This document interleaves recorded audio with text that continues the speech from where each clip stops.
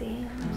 Hi, my name is Janey. Every single photo that And we're here to talk about inspiration today. from when I was a little kid is me. Let's start with the definition. Super quick. Inspiration, the process of being mentally stimulated to do or feel something, especially to do something creative. And then the second definition is the drawing in of breath. Best day of my life. So, Every time I try, look where I've ended up. I try, sitting at an office job. I try. so inspiration. Said shake me when a year is up. I try. Let's get into the list. My first little section I'm calling oldies but goldies. What always works for you? What's something that when you think back in moments that you've been really creative, that moment had to start? We haven't been creative continuously throughout all of our lives. So one of the things I like to do is look back in my own life and think about creative moments and what happened right before that creative moment, and then see what I can draw from in my current life that relates and see how I can get from that non-creative to the creative time. I think location is a really beautiful thing, getting into a space that can make you feel inspired. Where in your neighborhood would be your favorite place to be? Favorite mural? Favorite flower? Favorite tree? Favorite memory? Favorite house? Favorite lawn decor? If you're wanting to feel inspired, you can start with something as small as using a different coffee cup in the morning. If you typically have lunch on a particular plate, maybe find a plate that is a little bit more fun for you. You might be thinking about the coffee that you're drinking and engaging in the world a little bit more if it's different than what you do when you're on autopilot. And that's the key to inspiration, I think, is just being present and engaging with the world. Yeah, and that leads into my next point, which is just to take what you typically consume and then make the active choice to do something different. If you usually listen to a news podcast in the morning, do a grounding meditation. If you usually do a grounding meditation, try listening to K-pop. If you typically listen to K-pop, listen to a history podcast. If you usually listen to a history podcast, open up a window and listen to the conversations of the people walking down the street or the birds. You have books, read them. You have photos, look at them.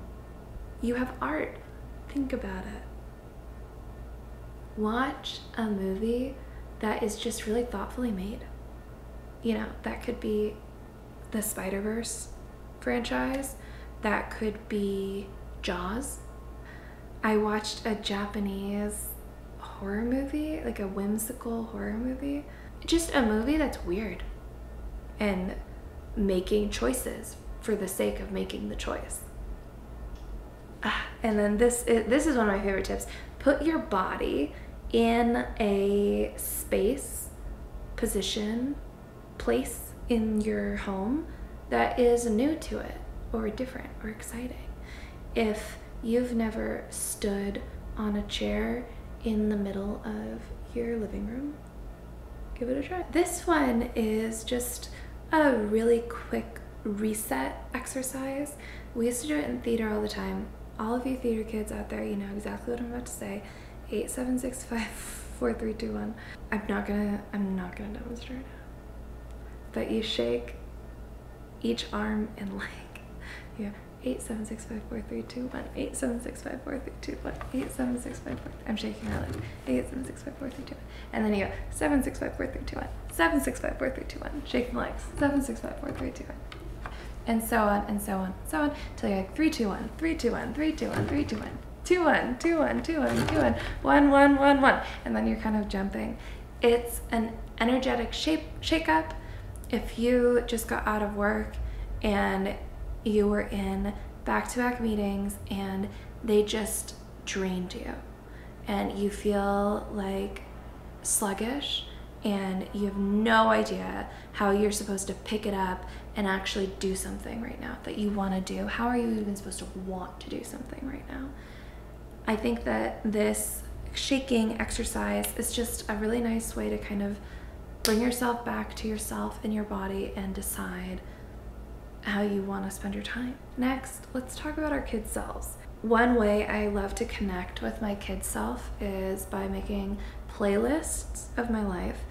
Sometimes this is like trying to recreate the playlist that I made when I was 12 and went on my first like road trip with a family friend, with like my best friend and her mom, and we had so much Mumford & Sons on that playlist. Can you and some old friends get a group chat together and make a playlist for your homecoming dance in your sophomore year of high school? You know, you can make it kind of a fun project to recreate these things. I find that that really gets my gears going inspiration-wise. Another thought, if you need something that's a little bit less involved, is just to like pick the top 40 playlist that's already out in the world from a year that was interesting or stimulating to you. 2008, top 40, hit play, have fun. I like to think about art and doodling and little fun artistic habits that your kid self was really into. I always liked to draw eyes throughout all my life. I would draw eyes, and so whenever I'm feeling uninspired, I always sit down and just start drawing eyes, and it kind of opens a door for me. So if you have anything like that, my last tip before we get into kind of the exercise of the video is to sing anything. Singing stimulates your vagus nerve. It's calming to the frequencies in your body. Try singing a song you know or a song that you used to love and see how much of it you can remember without looking at the lyrics. Call up somebody who's really important to you and find out what their favorite song is. Especially, I think that's a beautiful thing to do intergenerationally. So calling up someone really young in your life or someone like an elder in your life and asking them what are the songs that inspire them. Hear them, listen to them, and if you really want to physically embody the power of inspiration, sing them. The last thing that I'm going to talk about is something I absolutely love to do that I call going on a date with the world. My boyfriend can go out and sit at a bar reading for hours and just have the time of his life. And I would go and try to do things like that, and I realized it's so not for me to do that. Reading isn't that like, how to put this kindly, immediately stimulating to me. So if I'm in a situation where there are other things to stimulate me, I will not be focusing on the reading. I love to read, and I do. I just need it to be in very specific context. So if I'm sitting by myself at a restaurant over lunch, I'm not sitting and pulling out a book. I'm eavesdropping on all the conversations around me and imagining things and talking to myself and noticing the dogs walking by, right? I decided to embrace that, to capture it, and to make some art out of it. There's something about this feeling so small, she don't stand a chance. I hate and I love. I'll take a little portable watercolor set if I want, or just pens, or a thing of colored pencils, or I have a pen that's like a color changing. Sometimes I just go out with that. You can do it just with a ballpoint pen, anything. And then you get a little piece of cardstock, a watercolor paper, a notebook sheet. You can bring a journal and do this like all in a journal. And you go out into the world and you observe and you participate and you listen and you document. And when you see someone who has a hairstyle that sticks out to you, you doodle it. When you hear a language you don't recognize, you put a tick and count how many there are. You note the song lyrics that pass you by as people are riding their bikes down the street. And you draw the flowers that call to you. You feel a little nervous and you add red scribbling to the stomach of the figure that you had drawn 2 hours ago on the subway. Do you know what I mean? It's just participating in the world and then making artistic decisions on this piece of paper that reflect and are influenced by that participation.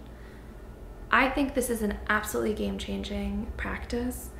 I think it's such a beautiful way to exist in the world, and I highly recommend trying it if it piques your interest. Nothing fancy. I just go to a park in New York City. I live in New York, so there we go. And then I go to a coffee shop and doodle. So I hope you enjoy, and thank you for following along. Let's go on our date.